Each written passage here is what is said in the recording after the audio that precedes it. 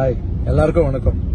கஷ்டப்படுற விவசாயிகளை தேடி போய் 10 டிராக்டர் கொடுக்கறேன்னு சொல்லி இருந்தால, இன்னில இருந்து ஒரு வாரம் பயணம் ஆரம்பிச்சிருக்கோம்.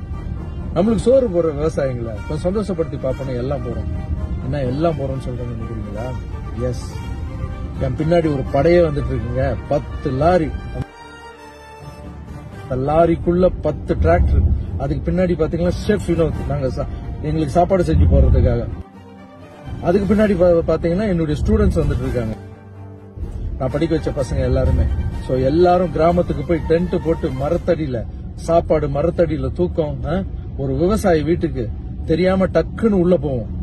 ஏங்க, ஒரு டிராக்டர் வாங்கினா தான் புள்ளைய படிக்க வச்சு, அவர் படிக்காம இருப்பாரு, தான் புள்ளைய படிக்க வச்சு பெரியாளாக்கி ஒரு 20 வருஷம் வெயிட் பண்ணணும். அவரு வேலைக்கு போய் அவர் ஒரு லோன் எடுத்த அப்புறம் தான் டிராக்டர் வரும்.